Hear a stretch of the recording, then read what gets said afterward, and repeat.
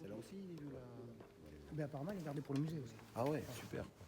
S'il Mais veut, le s'il maximum, veut, le maximum. s'il veut un coup de main, je vais lui aider. Mais il faut les déplacer. Je sais les faire marcher. Ça. De toute façon, ça fait presque... Il y a encore des photos là-bas. Eh bien, la problématique d'aujourd'hui, c'est déjà d'accepter que le site de Fumel soit fermé, parce qu'en fait, j'ai passé 35 ans. Savoir que 171 ans sont finis comme ça, aussi rapidement, en balayant comme ça a été assez rude, quoi. Ouais, comme vous disiez tout à l'heure, c'est chargé d'émotions, parce qu'en fait, remettre les pieds dedans depuis la fermeture, c'est compliqué. La problématique d'aujourd'hui, c'est savoir qu'est-ce qu'on va devenir, quoi. Voilà. En sachant que quand même le Fumel s'est construit tout autour de cette usine, quoi. Et tout ce qui s'est développé autour. Hein. Déjà, il faut l'encaisser. Honnêtement, les nuits sont courtes, les journées sont longues. Et puis, c'est savoir se remettre en question, parce que repartir à zéro, aujourd'hui, dans le coin, on peut poser la question à qui que ce soit, prendre une personne de 51 ans.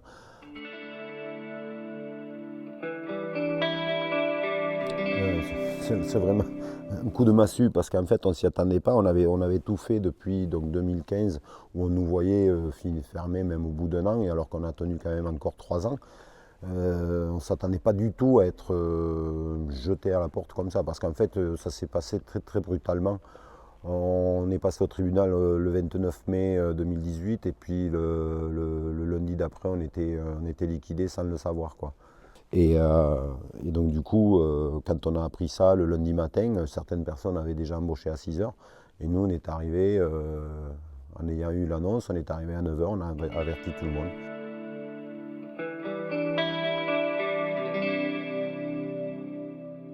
Je considère ça comme un abandon, parce que bon, la grosse période des années 70-80, où on tournait aux alentours de 3500 personnes, l'ère industrielle, on a senti le vent tourner dans les années 85-87, où on a commencé à dégraisser en termes de personnel, et surtout la venue des financiers. Puis alors là, la physionomie a complètement changé, quoi.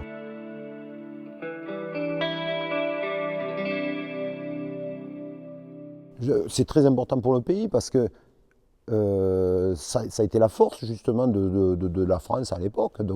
Ok, moi je suis tout à fait d'accord sur la nouvelle technologie, les start-up, voilà, les ingénieurs, tout ça. Mais combien de gens sont dans la rue, alors que si on avait continué à former des gens à la base, métier de main, de création, mais je sens qu'il y a des gens, ils ont des mains en or. Mais j'ai l'impression qu'on leur a coupé les doigts, quoi. La force d'un pays, c'est ses bras. D'accord ? C'est pas unique. Des cerveaux, moi, des politiques, des cerveaux, des ingénieurs. Mais voilà, c'est cette union qui fait qu'on arrive à sortir un pays de montrer qu'un pays, il a une force. Voilà, il a une âme, il a envie de montrer des choses.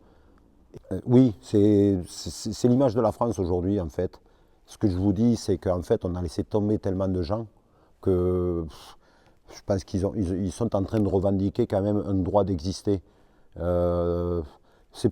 Exister, c'est pas non plus vivre avec 5 ou 6 000 euros par mois. C'est surtout de dire, ben voilà, vous participez au développement de la France, et puis c'est tout. Et vous êtes reconnu en tant que tel.